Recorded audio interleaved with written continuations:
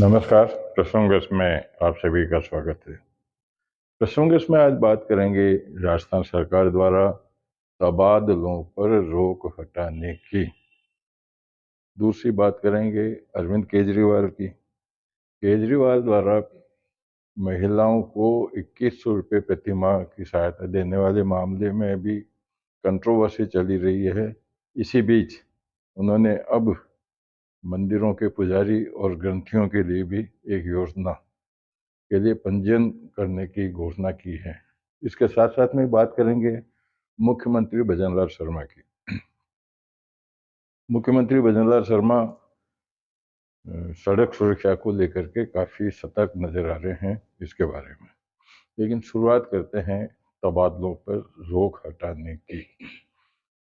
अब कहने को तो तबादलों पर रोक हट चुकी है। 10 जनवरी तक राजस्थान सरकार के सभी कर्मचारियों और अधिकारियों के तबादलों को तबादले किए जाने की स्वीकृति राजस्थान सरकार के जेडी विभाग ने जारी कर दी है। लेकिन सबसे बड़ी बात यह है कि दो बातें मैं आपसे करूंगा। क्या इसके बीच में कोई तबादले नहीं हुए? दर्जनों की संख्या में तबादले होते रहते हैं और तबादले करना सरकार का अधिकार भी है। लेकिन तबादले पर रोक लगाना, तबादले पर रोक हटाना, ये फिर क्यों? चलो इसको भी छोड़ दो। बात करते हैं शिक्षकों की। राजस्थान सरकार में भजनलाल शर्मा की सरकार बनने के 1 साल के बाद में भी, हालांकि जो राजस्थान सरकार के राजस्थान में विधानसभा के चुनाव हुए थे उससे पहले तबादला नीति की बातें हुई थी। भाजपा ने भी की थी, कांग्रेस ने भी की थी और करती आई है। लेकिन आज तक राजस्थान में तबादला नीति बन नहीं पाई है। अब सबसे बड़ी बात यह है कि राजस्थान में भजनलाल सरकार बनने के बाद में शिक्षा से जुड़े प्रतिष्ठानीय कर्मचारियों से लेकर के अधिकारियों के तबादले पर कोई पॉलिसी नहीं बनी और इनके ट्रांसफर भी नहीं हुए। ट्रांसफर नहीं होने से शिक्षक काफ़ी परेशान हैं। जो शिक्षक पिछली सरकार में किसी भी तरह से, चाहे उनको तबादला करके कई जगह स्थानांतरित किया गया, उसके बाद में उनको उम्मीद थी कि नई सरकार आने के बाद में वो अपनी इच्छा के अनुसार तबादले करवा सकेंगे। लेकिन साल भर बीत जाने के बावजूद भी आज तक इस मामले में सरकार ने कोई कदम नहीं उठाया और अब तक ट्रांसफर भी नहीं हो पा रहे। डेपुटेशन कर देते हैं, इस स्कूल से 5 अध्यापक हटाए, वहाँ हड़ताल चली, वहाँ भेज दिए, वहाँ तालाबंदी, वहाँ भेज दिए, छोटा मोटा चल रहा है। लेकिन स्थायी रूप से कोई ट्रांसफर नहीं हो पाई है। इसको लेकर शिक्षकों में भी रोष है। तो समझा जाता है कि जनवरी के बाद में शिक्षक आंदोलन की राह भी पकड़ सकते हैं, ये उनका अधिकार भी है।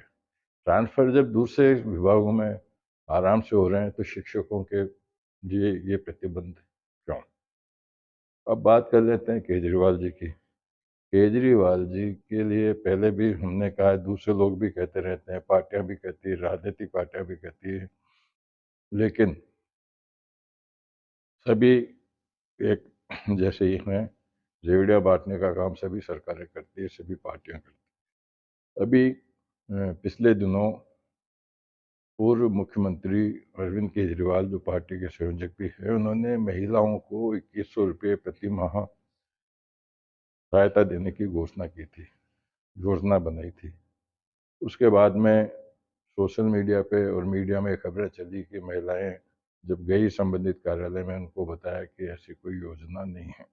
इसी बीच में आज केजरीवाल ने एक नई घोषणा कर दी है जिसके तहत मंदिरों के पुजारी और ग्रंथियों को सरकार द्वारा 18,000 रुपये प्रति माह देने का प्रावधान किया गया है, जिसके लिए पंजीयन भी आज या कल में शुरू होने वाला है। देखने वाली बात ये होगी कि ये आगे चलकर किस तरफ चलता है, क्या ये पॉजिटिव रहता है या नेगेटिव रहता है।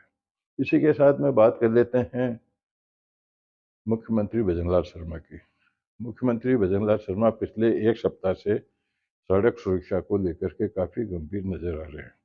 उन्होंने बोरवेल को लेकर के, हाईवेज पे एम्बुलेंस लगाने की बात को लेकर के, और अधिकारियों को लगातार शिक्षा विभाग से जुड़ी बसों, जो स्कूलों की बसें हैं, वैन हैं, उनकी जांच के लिए जो आदेश जारी किए, तो इसके साथ में ही अब 1 जनवरी से जो सड़क सुरक्षा का अभियान चलाया जा रहा है, 1 जनवरी से, जो 1 महीने तक चलने वाला है, उसमें अन्य तो कार्रवाई जो होगी, लेकिन मुख्यमंत्री ने जो कॉमर्शियल वाहन है, जैसे बड़े ट्रक हैं या ट्रेलर हैं, ट्रोले हैं, जिनको चलाने वाले हैं, उनकी आँखों की जाँच करने का एक अभियान शुरू करने की घोषणा की है, जिसके तहत उनकी आँखों की जाँच की जाएगी और ₹450 तक के चश्मे उनको सड़क सुरक्षा कोष से सुलभ भी कराए जाएँगे। तो ये एक अच्छी योजना है, जो सड़क सुरक्षा को लेकर के की है। तो कुल मिलाकर के आज की यही 3 प्रमुख चर्चाएँ थी जो मैंने आपके सामने रखी है। सर्दी बहुत बढ़ रही है, सर्दी का आप ध्यान रखिएगा। सर्दी का पहले बताया जा रहा था कि सुबह-शाम की सर्दी है, लेकिन अब देखने में आ रहा है दिन में भी कहीं-कहीं बर्फीली हवा चल रही है और अस्पतालों में काफ़ी जुकाम और खाँसी के मरीज़ पहुँच रहे हैं। आप भी कृपया ध्यान रखिए, क्यों कि 31 दिसंबर और 1 जनवरी को अधिकांश लोग रात को 12 बजे तक सड़कों पे, होटलों पे और अन्य कई सेलिब्रेशन में रहते हैं। आप जाएँ ज़रूर, लेकिन अपने स्वास्थ्य का ख़्याल रखें और कल फिर नई चर्चाओं के साथ में आपके साथ में उपस्थित होंगे। तब तक के लिए नमस्कार।